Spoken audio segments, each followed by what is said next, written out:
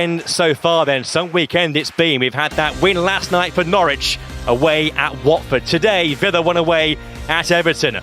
One apiece still between Brentford and Wolves. They're still playing. Newcastle winning away at Leeds. Man United beating West Ham by 1-0. Next up, we see the leaders City go to Southampton. And then 4 games tomorrow, headlined by Chelsea up against Spurs. Another vital match in the top 4 race. So as things stand right now, this is the way the table stands. City, 11 points clear, the chance to extend that gap. But the big move is into that top 4 for Manchester United. They go above West Ham now by a point. But Spurs and Arsenal can follow suit tomorrow. We'll see how they get on. And Wolves, they're still playing in 8th for now. They're 1 apiece against Brentford. Well, Newcastle's win sees them jump a place. They go above Watford now, up into 18th, and just 1 point behind Norwich. Only 4 points behind Everton after their defeats today. Still so much to play for at the bottom of the pile. But from me and Don, thanks for your company, and goodbye for now. Have you calmed down yet?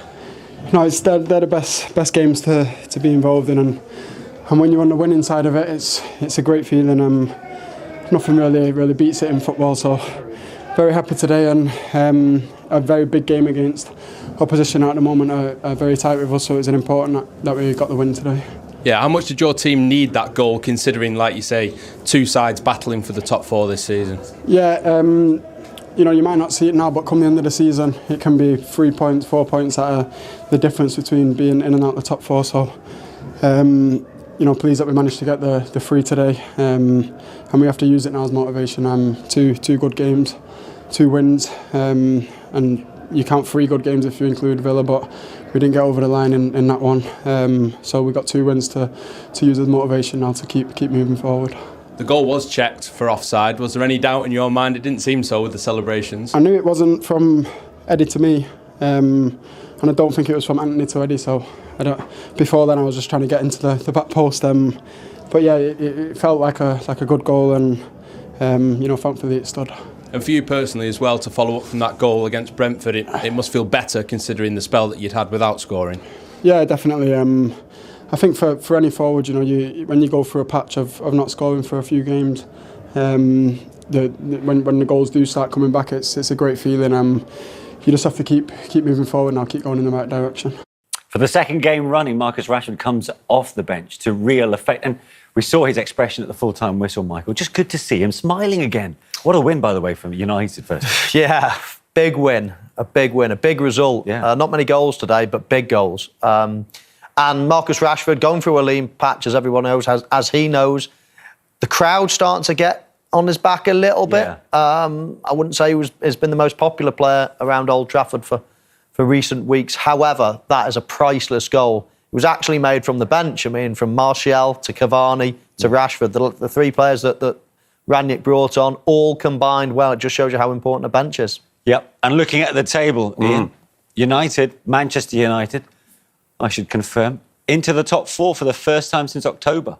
Yeah, and I'm sure the fans now want to see if they can stay in there with consistent performances. I'm pleased for Marcus Rashford, because I don't think that he himself has done too much wrong. Sometimes you can lose form. He's still a young player. I know he's an experienced player, and of course he's got a lot going on. But he's never ever waned from his hard work trying to stay at an elite level and at an elite club.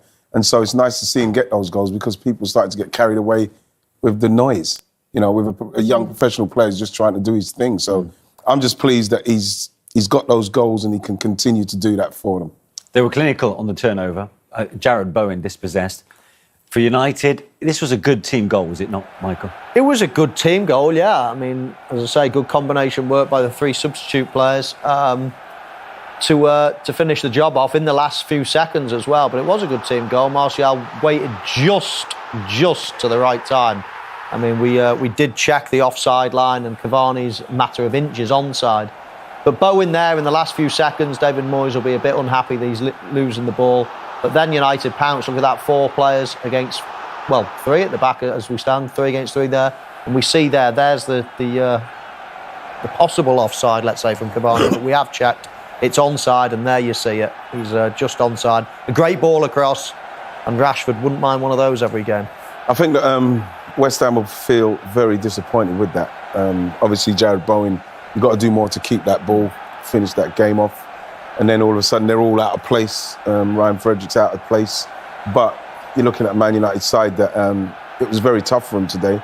But then you can bring 3 players like that off the bench. You're going to be able to make a difference, and they did. Yeah. For much of it, Michael, I mean, it looked destined to be a frustrating afternoon for Ralph Rangnick. Could they look back at that as being possibly a turning point of their campaign now? Well, Manchester United in general, under Rangnick, have played averagely and they've got a lot of good results. But when you break it down a little bit more in depth, I mean, they've had a really friendly run, let's say, of games.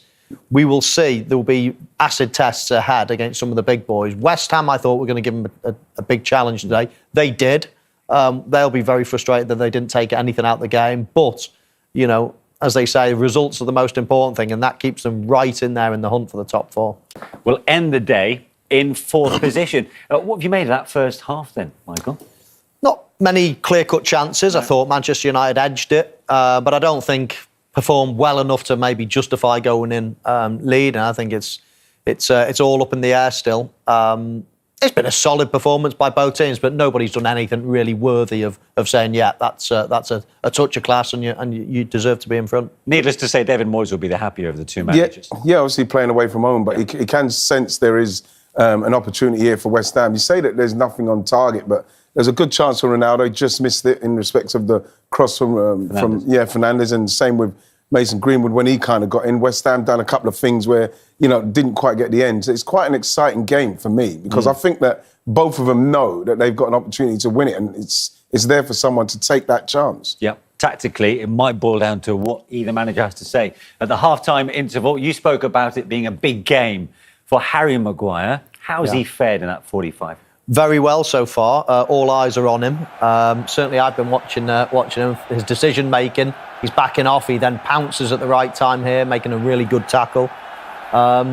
Again, in this situation, he decides to go and press, and he wins the ball, nicks it in front of his man, and then a strong challenge. So another good bit of play from Harry Maguire. And then again, this is probably the least favourite position. He doesn't like people running at him. He's not got a great pace, but again, Antonio just makes an average touch and he pounces, again, makes a good decision. You know, he's looking around, what's around him, heads it away into his teammate. And then finally we see a little bit of quality when he's on the ball as well, finding those players in front position. So he's not had loads to do, but what he's done, he's done well.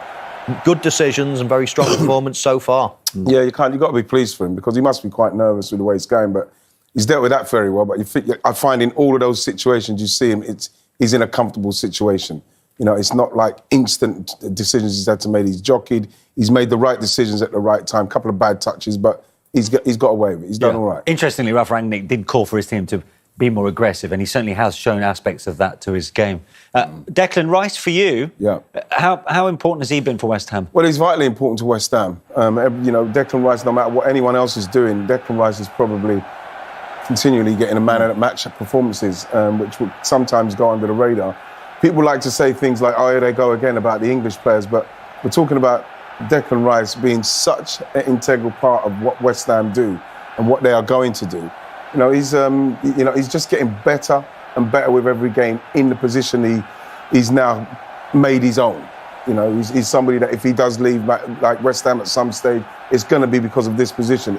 He's literally starting to master it now. You see him there. Yeah. He's watching Bruno. He's watching the man. He's made the right decision. He's played his team out of problems. It's like now we're seeing a real accomplished player. A bit like West Ham. There is so much self-confidence about this team at the minute, isn't there? Yeah, I mean, they've done so well under David Moyes since he's come in, and their performance levels getting higher and higher. And it shows you where they are because they're going to Old Trafford and you're thinking they could get something out of the game today. And you're expecting it. You're not, you know, if you're a West Ham fan, you're not hoping for it. But as Ricey says, Declan Rice just oozes class. I mean, he gets better and better every week. And, you know, if West Ham continue to do well, they might be able to keep hold of him. But if not, then one of the big boys are going to take him.